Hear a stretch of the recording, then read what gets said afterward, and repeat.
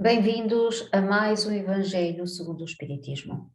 Em nome do Grupo de Estudos Espíritas Isabel de Aragão, apresentaremos hoje a análise e reflexão do capítulo 9, intitulado Bem-aventurados os mansos e pacíficos.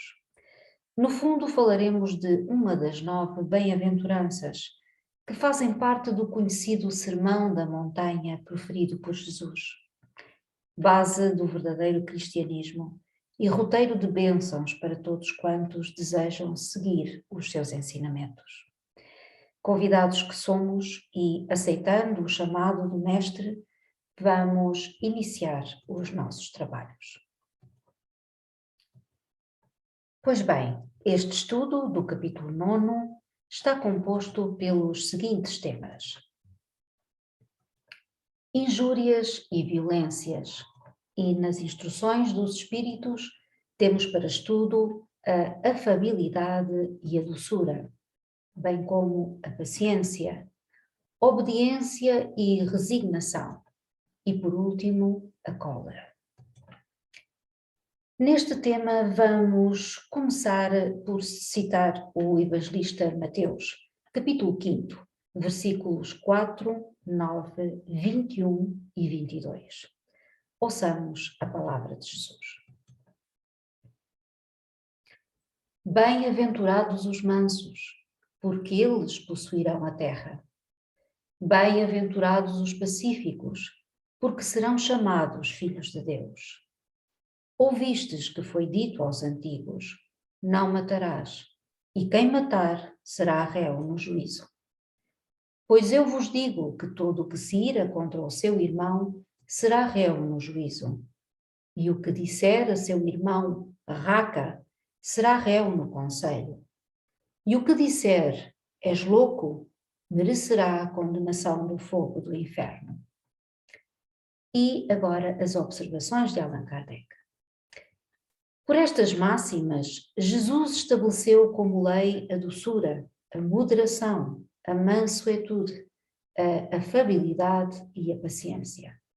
E, por consequência, condenou a violência, a cólera e até mesmo toda a expressão descortês para com os semelhantes.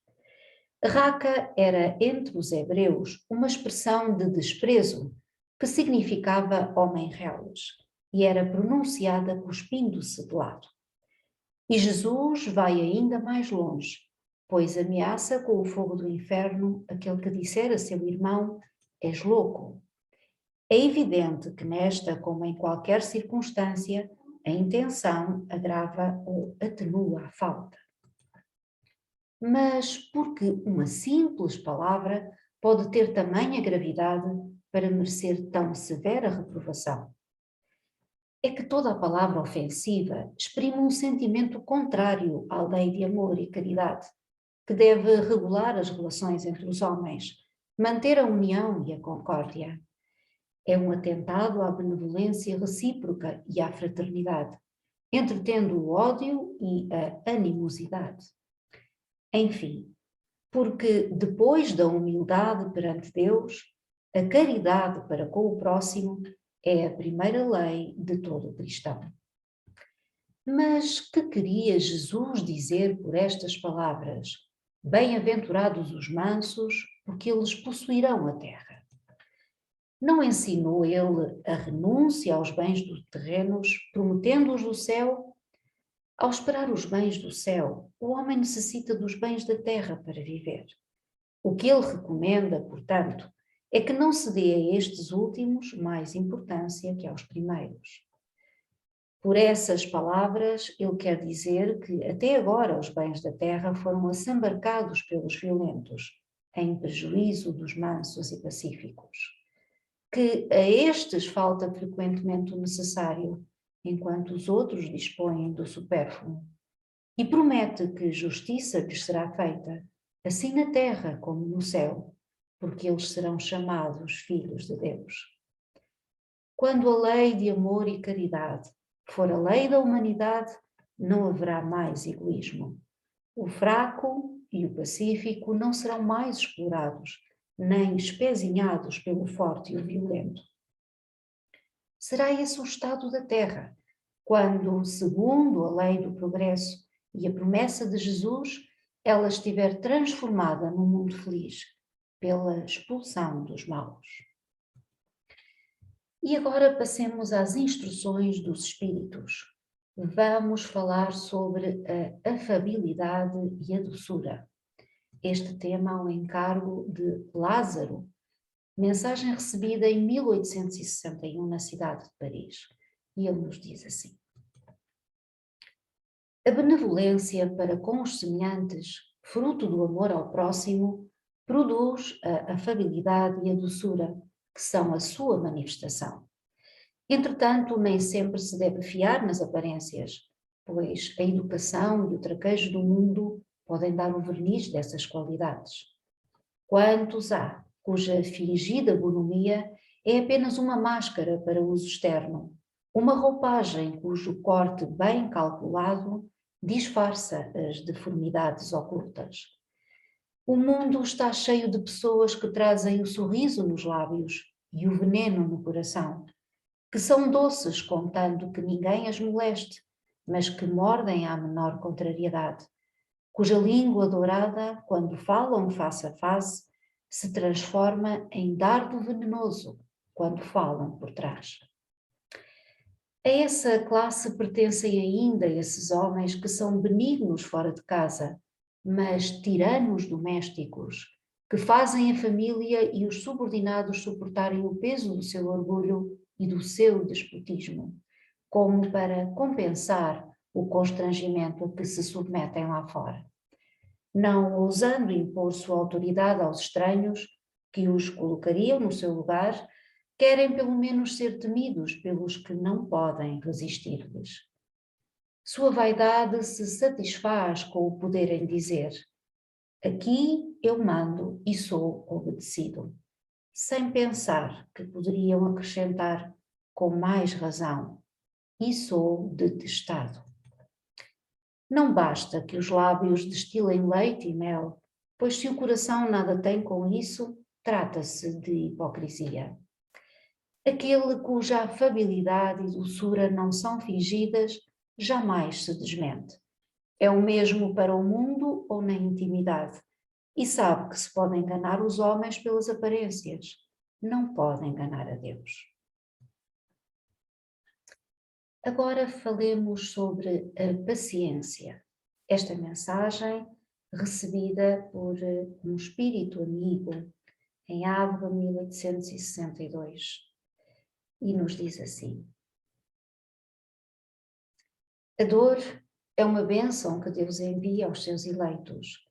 Não vos aflijais, portanto, quando sofrerdes, mas, pelo contrário, bendizei a Deus Todo-Poderoso que vos marcou com a dor neste mundo para a glória do céu. Sede pacientes, pois a paciência é também caridade, e deveis praticar a lei de caridade ensinada pelo Cristo, enviado de Deus. A caridade, que consiste em dar esmolas aos pobres, é a mais fácil de todas. Mas há uma bem mais penosa e, consequentemente, bem mais meritória, que é a de perdoar os que Deus colocou em nosso caminho para serem os instrumentos de nossos sofrimentos e submeterem à prova a nossa paciência. A vida é difícil, bem o sei, constituindo-se de 1000 bagatelas que são como alfinetadas e acabam por nos ferir.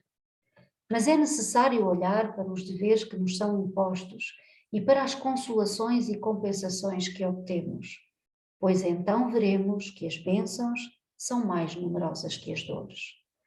O fardo parece mais leve quando olhamos para o alto do que quando curvamos a fronte para a terra.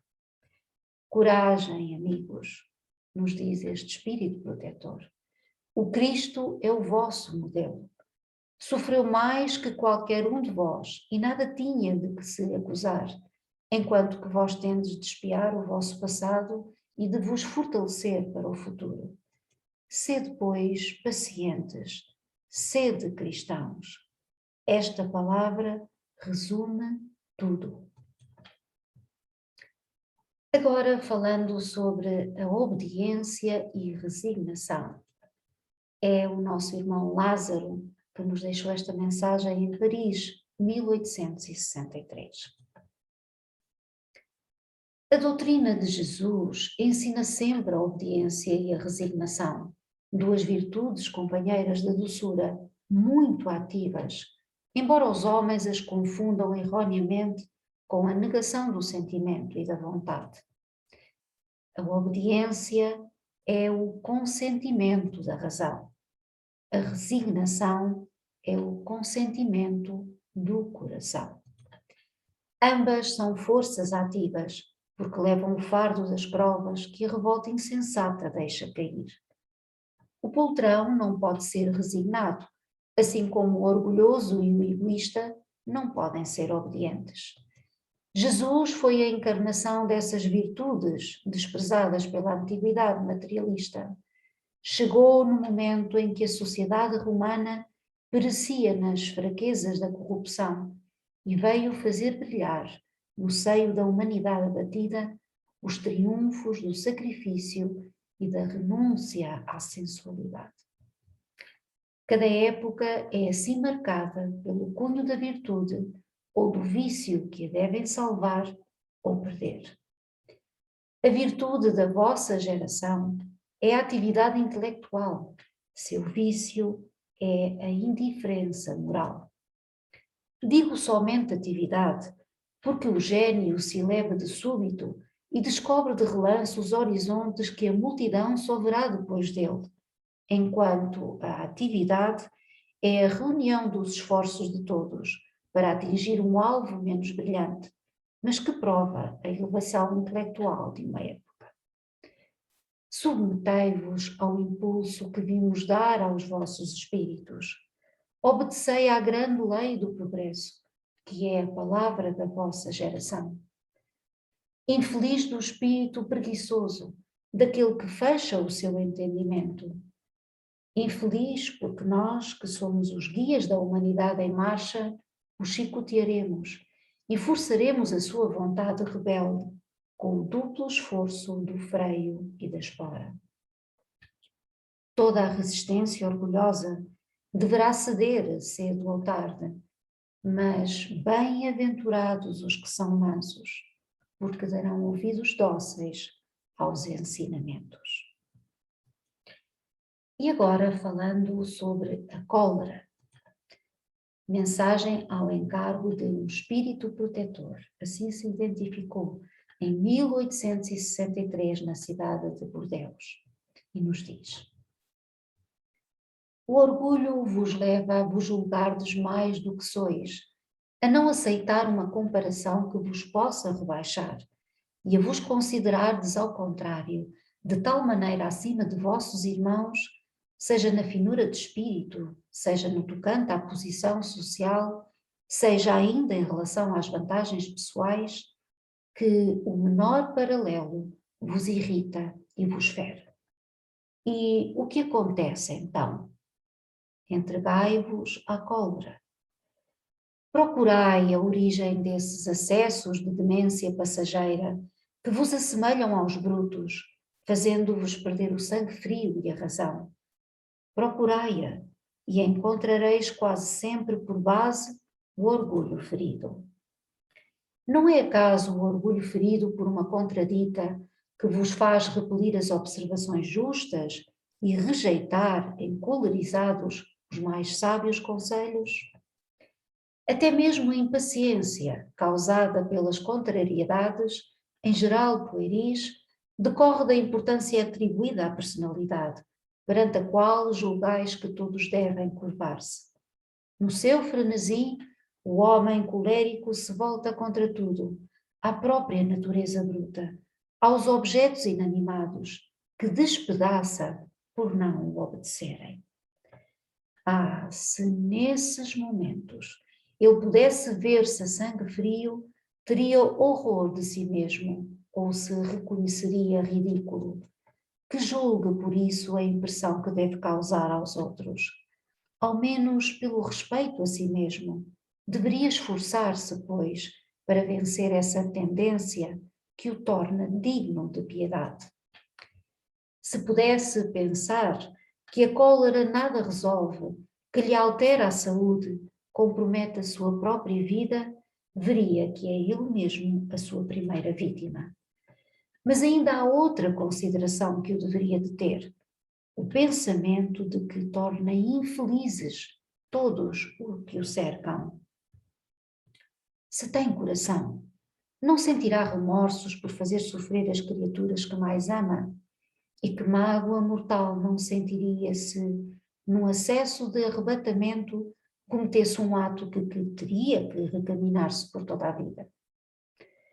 Em suma, a cólera não exclui certas qualidades do coração, mas impede que se faça muito bem e pode levar a fazer-se muito mal. Isso deve ser suficiente para incitar os esforços para dominá-la. O espírito, aliás, é incitado por outro motivo, o de que ela é contrária à caridade e à humildade cristãs. Ainda sobre a cólera, agora o nosso irmão Hahnemann, mensagem recebida em 1863 em Paris, e nos diz assim: segundo a ideia muito falsa de que não se pode reformar a própria natureza, o homem se julga dispensado de fazer esforços para se corrigir dos defeitos em que se compraz voluntariamente, ou que para isso exigiriam muita perseverança. É assim, por exemplo, que o homem inclinado à cólera se desculpa quase sempre com o seu temperamento. Em vez de se considerar culpado, atribui a falha ao seu organismo, acusando assim a Deus pelos seus próprios defeitos. É ainda uma consequência do orgulho, que se encontra misturado a todas as suas imperfeições. Não há dúvida que existem temperamentos que se prestam melhor aos atos de violência, como existem músculos mais flexíveis que melhor se prestam a exercícios físicos. Não penseis, porém, que seja essa a causa fundamental da cólera, e acreditai que um espírito pacífico, mesmo num corpo bilioso, será sempre pacífico, enquanto um espírito violento, num corpo linfático, não seria mais dócil. Nesse caso, a violência apenas tomaria outro caráter. Não dispondo de um organismo apropriado à sua manifestação, a cólera seria concentrada, enquanto, no caso contrário, seria expansiva. O corpo não dá impulsos de cólera a quem não os tem. Todas as virtudes e todos os vícios são inerentes ao espírito. Sem isso, onde estariam o mérito e a responsabilidade? O homem que é deformado não pode tornar-se direito, porque o espírito nada tem com isso, mas pode modificar o que se relaciona com o espírito, quando dispõe de uma vontade firme. A experiência não vos prova, espíritas, até onde pode ir o poder da vontade pelas transformações verdadeiramente miraculosas que se operam aos vossos olhos? Dizei, pois, que o homem só permanece vicioso porque o quer, mas que aquele que deseja corrigir-se sempre o pode fazer. De outra maneira, a lei do progresso não existiria para o homem. E aqui terminamos esta apresentação com estas palavras sábias destes nossos irmãos. Vamos passar às reflexões finais e vamos falar então sobre este capítulo 9, Bem-aventurados os mansos e pacíficos. Acabámos de falar sobre as injúrias e violências, a afabilidade e a doçura e a cólera. Antes de mais, vamos recordar o conceito de brando ou manso. Quem são os mansos ou brandos e pacíficos?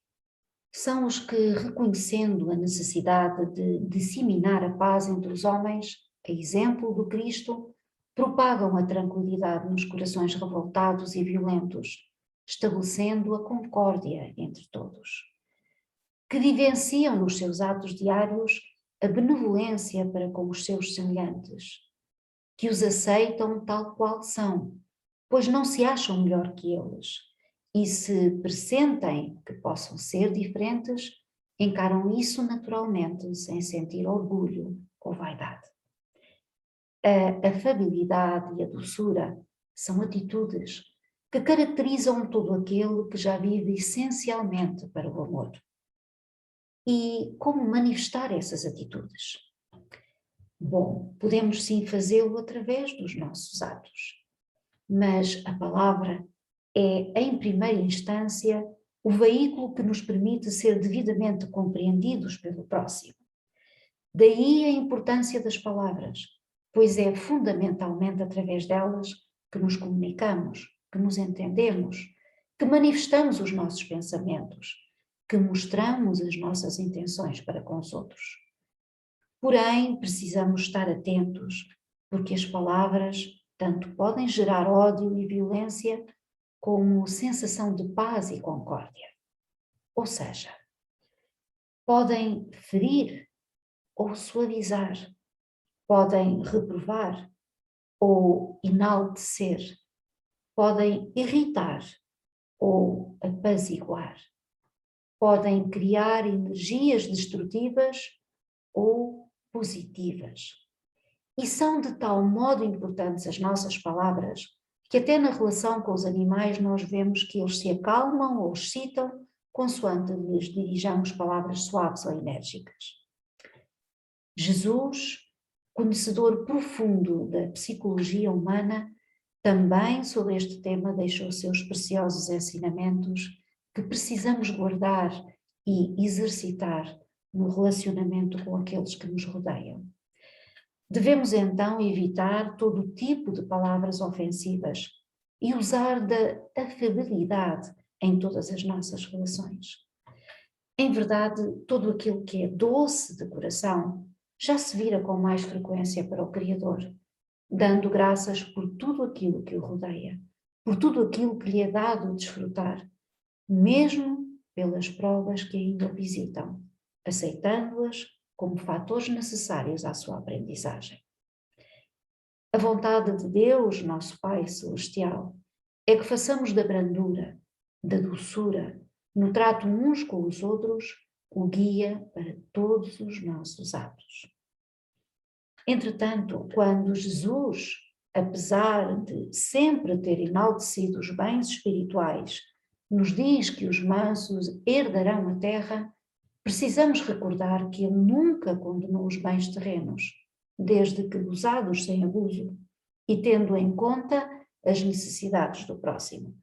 E também desde que não lhes demos maior valor que aos bens do espírito. Mas relativamente aos bens terrenos, o que tem acontecido é que, regra geral, têm sido os violentos que gozam desses bens terrenos através do abuso. Vivem do supérfluo, sem se importarem com os que nada têm. Na Terra estamos ainda longe de ver igualdade na distribuição dos bens essenciais, tais como alimentação, vestuário, medicamentos, acesso à educação, ao trabalho, etc. Existe muita fome. Morrem milhões de seres humanos simplesmente por não terem acesso ao principal bem essencial que é a água, tão só porque nasceram em regiões geográficas menos favorecidas desse elemento. Essas desigualdades, que deveriam ser aproveitadas para exercitar a fraternidade, servem mais para alimentar a ganância e cobiça de uns quantos, levando à revolta, à violência, que gera guerras e mais dificuldades. Ainda existem muitos que se comprazem em tirar partido das oportunidades do momento, esquecendo que esta vida é ela própria apenas um momento, mas um momento que já deveríamos saber aproveitar, exercitando o bem. Outros só manifestam benevolência e doçura porque em determinado momento isso lhes convém. Se necessário, até se tornam subservientes para com aqueles que consideram superiores, porque não conseguem vencê-los. Porém, escondem sentimentos recalcados, mostrando uma faceta de doçura fingida. Mas nós já sabemos como nos devemos comportar perante esses irmãos. E o caminho é só um: cumprir com as recomendações do Mestre Jesus, que nos convida a usarmos da paciência, brandura, moderação e confiarmos na justiça divina, que a todos alcança em seu devido tempo. A paz no mundo só será conseguida quando cada um, mantendo a paz dentro de si, for capaz de eliminar do seu comportamento toda atitude descortês para com o próximo, adotando por conduta a brandura e a mansuetude, únicos remédios eficazes contra a violência. Jesus faz da brandura, da moderação, da mansuetude, da afabilidade, da paciência, uma lei. Sigamos esses ensinamentos. Evitemos as atitudes de crítica ou qualquer tipo de comportamento virado para o julgamento do próximo. E quando sentirmos necessidade de criticar alguém, critiquemos a nós mesmos. Sejamos mansos. Violência não se ajusta com felicidade. Por outro lado, sejamos pacientes para com aqueles que porventura servem de pedra de tropeço em nossos caminhos, aceitando que eles são os instrumentos de que Deus se serve para nos pôr à prova. É urgente que nos resignemos perante as provas da vida, alimentando em nossos corações os bons sentimentos, compreendendo que, para sermos felizes, não nos podemos revoltar contra Deus, já que somos nós mesmos os culpados de, porventura, estarmos sofrendo. Se sofremos, é porque temos dívidas a resgatar. Precisamos lembrar Joana de Ângeles, que nos adverte que adiar as dívidas significa reencontrá-las mais tarde com juros adicionados. Enquanto espíritas que somos, o que nos importa é viver a vida com sabedoria, tendo sempre como guia o Evangelho de Jesus. Como espíritas, já aprendemos a dominar as explosões de energia por forma que não se transformem em cólera. Toda a explosão é resultado de uma reação, e a cólera é também ela o resultado de uma reação. Quem se encoleriza reage a algo que o contraria. Sente seu orgulho ferido e, perdendo o uso da razão, em vez de agir sensatamente, passa a reagir de maneira antifraterna. Então, a cólera é um defeito do espírito, com sua origem no orgulho ferido. Agir e reagir são coisas diferentes, embora as possamos confundir. A ação é o uso da razão. Agimos sim, mas tendo como bitola o discernimento, a ponderação, e assim agimos com segurança e obtemos o que nos convém. A reação é o uso da violência e, ao reagir, atuamos num estado alterado de consciência e, regra geral, nunca ganhamos a causa em pauta. E porquê? Porque, não raciocinando, não fazemos escolhas acertadas. Por outro lado, a cólera é, por sua vez, causadora de muitos danos orgânicos que atingem aqueles que a cultivam. Desequilibra-os espiritual e fisicamente, distanciando-os do auxílio divino, e assim perdem de várias maneiras. Todo o comportamento alterado cria um clima de tensão, movimentando forças negativas que prejudicam e influenciam a quem os pratica e também a todos os que estão por perto. Importantíssimo, portanto, que cultivemos o bom gosto por tudo o que é harmônico, ponderado, sereno. Como nos adverte Hahnemann, não são as circunstâncias ou os caráteres físicos os causadores dos distúrbios psicológicos, mas sim o nosso caráter. As virtudes e os vícios são inerentes ao espírito imortal. Em verdade, são a nossa verdadeira propriedade, a nossa riqueza. Então, não queiramos acumular riqueza que se constitua de humores, vícios, mazelas emocionais que urge vencer. É urgente que abramos nosso coração a Jesus, pondo em prática o seu Evangelho, única vacina verdadeiramente eficaz contra os impulsos menos dignos que travam o nosso progresso espiritual. E aqui terminamos a nossa apresentação. Possa ela contribuir para a devida introspeção e aprendizado, aproximando-nos dos valores morais que o Mestre nos ensinou.